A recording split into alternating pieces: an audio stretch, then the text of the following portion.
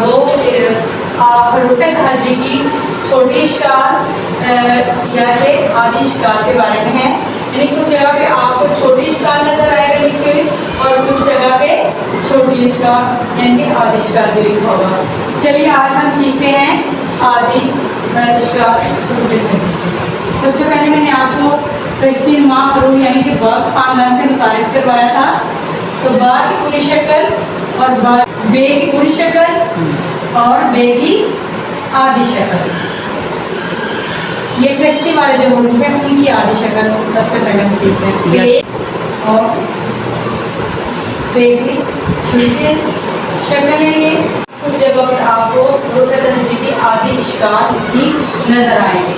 तो गोया आज हमने आधी इश्काल जो कि मिलाकर हरूफ को लफ्ज़ बनाया जाता है सीखेंगे। तो सबसे पहले हमारा बे और बे की शुरू की शक्ल यानी आधी शक्ल छोटी शक्ल, पे की छोटी शक्ल, ते और ते की छोटी शक्ल। ये याद रहे कि ये जैसे आपने रे लिखना सिखाया उसी रे को आपने लाइन के ऊपर बिठा देना है और नुक्तों के इस्तेमाल से हमने बे के खानदान की आधी शक्ल बच्चों को सिखानी है। तो इसी तरह आगे चलते हैं। पे यानी कि टोपी वाले, इसकी आधी शक्ल भी सर की जो है खानदान के लिहाज से जैसी शक्लें होंगी, सिर्फ नुक्तों के फर्क से हम इन हर्फ का मुआवजा कर सकते हैं कि ये कौन सा हर्फ है। ये बे का खानदान मुकम्मल हुआ, साथ में उनकी छोटी इश्काल की। आइए आगे हम चलते हैं जीम का खानदान। जीम आपको लिखना सिखाया था और जीम की छोटी शक्ल कैसे होगी देख लेते हैं। ऐसे जीम की शक्ल बिल्कुल जीम का सरा लेंगे और साथ में थोड़ा सा जैसे आपने बे बनाया हुआ तो बे का वो आधा वाला हिस्सा इसके साथ आएगा।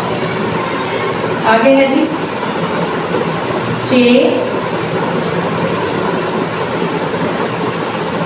चे की छोटी शक्ल, के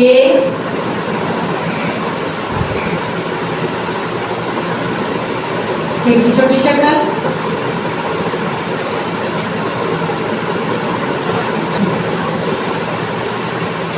पे की छोटी शक्ल जी। तो हमने बे का खानदान और जीम खानदान सीख लिया। अब आगे जैसे कि आपको पता है कि दाल का खानदान है तो दाल का जो है ये इसकी मुकम्मल शक्ल होगी ना कि इसकी छोटी शक्ल। ये वो हरूफ हैं जिनकी छोटी इश्काल नहीं होती, यही इनकी पूरी शक्ल है, यही इनकी आधी शक्ल है और इसलिए इन्हें शरारती हरूफ भी कहते हैं जो हम आपको अगले सेशन में बताएंगे। लेकिन ये वो हैं जिनकी छोटी इश्काल नहीं होती है। उससे आगे चले तो रे का खानदान आता है। तो रे का खानदान की भी छोटी इश्काल यानी कि आधी इश्काल नहीं होती। रे से और ये। आगे हम सीखेंगे सीन और शीन की छोटी इश्काल। जैसे कि मैंने आपको बताया था कि जो सीन है पानी की लहरों की तरह इसका पहला जो है सराद जो दायरा वो छोटा और अगला बड़ा है और साथ में सीधी हंडिया। इसकी छोटी शक्ल सीख लेते हैं। ऐसे शीन की छोटी शक्ल, शीन को ही साथ में जैसे बे का छोटा सा डंडा साथ आपने लगा देना तो ये सीन और शीन की छोटी शक्ल बन जाएगी। स्वाद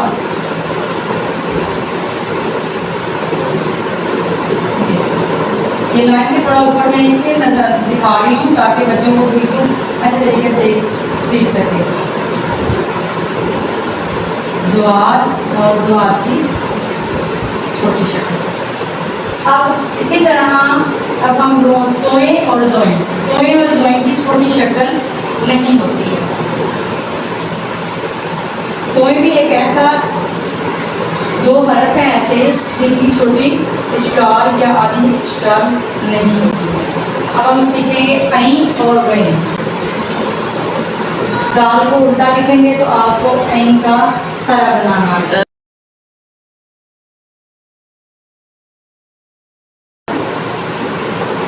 ये उल्टी हंडिया वाले हरूफ हैं, गईन और गईन के ऊपर नुक्ता। जितना गईन के आगे हम लिखेंगे फे का जो है दायरा हमेशा भरा होना चाहिए और इसके सर के ऊपर नुक्ता आता है और इसकी छोटी शक्ल भी ऐसे। आगे काफ, इसका भी हम अगर ऐसे करेंगे ऐसे तो भरा और इसकी छोटी जो और शक्ल लेंगे थोड़ा सा तो भी ऐसे। काफ, काफ के हम डंडी और साथ में आधा। गाफ,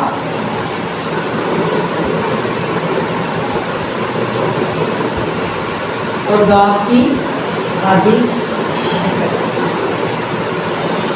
यहाँ मैं बताते चलूँ काफ और गाफ लाम की आधी शक्ल के साथ ही मिलते हैं, सिर्फ डंडियाँ लगाने से ये जो है आपको काफ और गाफ। अगर आप बच्चों को काफ और गाफ सिखाएंगे उसके ऊपर डंडी ना लगाएं तो लाम की आधी शक्ल भी वो बना सकेंगे। आगे सीख लेते हैं मीम। मीम का भी दायरा जो है आपको भरा हुआ नजर आना चाहिए और भरा ही सिखाएं, खुला हुआ नहीं होता। इसकी मीम की छोटी शक्ल ऐसे बना के हल्का सा मीम,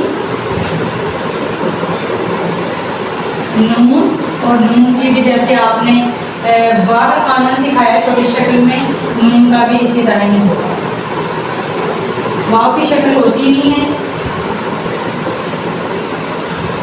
के की छोटी शक्ल ऐसे। हमजा के हरारत आता है, आराम में आता है तो आगे छोटी ये।